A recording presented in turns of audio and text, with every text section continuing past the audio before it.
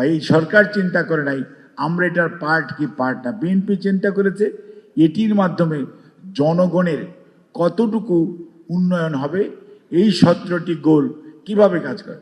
BNP চিন্তা করে দেখেছে শহীদ রাষ্ট্রপতি জিয়াউর রহমানের যে 19 দফা ছিল সেটার কন্টিনিউটিতে আসছে ভিশন 2030, যেটা দেশনেত্রী বেগম খালেদা জিয়া দিয়েছিলেন, তার কন্টিনিউটি আসছে প্রথম 27 দফা রাষ্ট্র মেরামতের কর্মসূচি, তার কন্টিনিউটিতে সর্বশেষ রূপান্তরিত হয়েছে 31 দফার যে দাবি সকল গণতন্ত্রকামী মানুষ স্টেক হোল্ডারদের সাথে আলাপ আলোচনা করার পর যাতে বাংলাদেশকে একটি আধুনিক মানবিক বাসযোগ্য বাংলাদেশ করা যায় এবং দেশের অর্থনীতি বলেন, সমাজনীতি বলেন, জুডিশিয়ারি বলেন, অর্থাৎ শিক্ষা খাত বলেন, স্বাস্থ্য খাত বলেন, সব কিছুকে যদি ঢেলে সাজাতে হয় তাহলে 31 দফা কর্মসূচি, যেটার সাথে দেখা যাচ্ছে এসডিজি।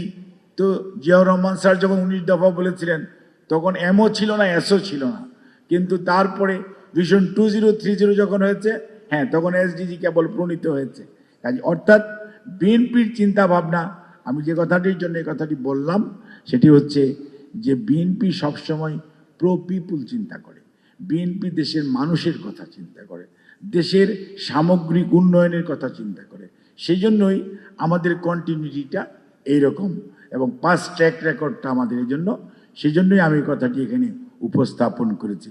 আমরা মুখে একটা বলি, কাজে অন্যটা করি, এটিতে আমরা বিশ্বাস করি না। আমরা সবাইকে বলেছি যে আপনি টেম্পারেচার এসি 25-এ রাখবেন। আপনি যান প্রধানমন্ত্রীর কার্যালয়ে, আমাদের অফিসে এবং আপনাদের অনেকের অফিসেই, সবার ইভেন বাসা বাড়িতেও আমরা এখন 25 না 26, 27 পর্যন্ত আমাদের এসি রাখি, কারণ আমরা এটা মিন করি। আমরা লোক দেখানোর জন্য মাননীয় প্রধানমন্ত্রীটি বলেন নাই। আসেন এখন কাজের কথায় যাই। প্রথম শুরু করি আজকের যে বিশেষ চাহিদা সম্পন্ন যে মানুষগুলো আছে তাদেরকে নিয়ে যদি আমরা শুরু করি তাহলে আমাদের বর্তমান সরকারের ডিসেবিলিটি, এই ডিসেবিলিটির কনজেনিটাল ডিসেবিলিটি আছে, ডেভেলপমেন্টাল ডিসেবিলিটি আছে, আয়াট্রোজেনিক ডিসেবিলিটি আছে, কোনো অসুখ হওয়ার পরে ডিসেবিলিটি আছে, এবং পরবর্তীতে এই গ্রুপ অফ পিপুলকে হাউ টু রিহেবিলিটেট এবং তাদেরকে কি এডুকেশন দিবেন। কাজ আমাদের প্রত্যেকটা কর্মসূচিকে এখন এমনভাবে করা হচ্ছে যে তাকে এডুকেশন দিবেন, নট অনলি ফর্মাল এডুকেশন, তাকে ভোকেশনাল ট্রেনিং এডুকেশন, এবং তার সাথে he or she needs to have get the skill, এবং স্কিলের পাশাপাশি তাকে কিভাবে রিহেবিলিটেট করা যাবে পার্টিকুলার ক্ষেত্রে। আমরা আমাদের মহিলা এবং সমাজ কল্যাণ মন্ত্রণালয়, মহিলা শিশু এবং সমাজ কল্যাণ 2 মন্ত্রণালয়ই সমান তালে কিন্তু এটা নিয়ে কাজ করছে, এবং খালি কাজ করা না, তাদের সাথে এখন আমরা ল্যাঙ্গুয়েজটা অ্যাড করেছি। কেন ল্যাঙ্গুয়েজ অ্যাড করেছি? যে আমার যে পপুলেশন, এই পপুলেশনের মধ্যে যদি আমি কেয়ার গিভিং ভালো তৈরি করতে পারি, আমার ডোমেস্টিক পারপাস যেরকম সার্ভ করবে, অন দি আদার হ্যান্ড এই পিপুলরা ইন্টারন্যাশনাল মার্কেটে তাদের প্রচুর ডিমান্ড রয়েছে, এবং তখন আমাদের এইটা একটা মানে আজকের যে প্রবাসী কল্যাণরা যে রেমিটেন্স আসছে তার চেয়ে অনেক বেশি রেমিটেন্স আর্ন করার মতোই আছে।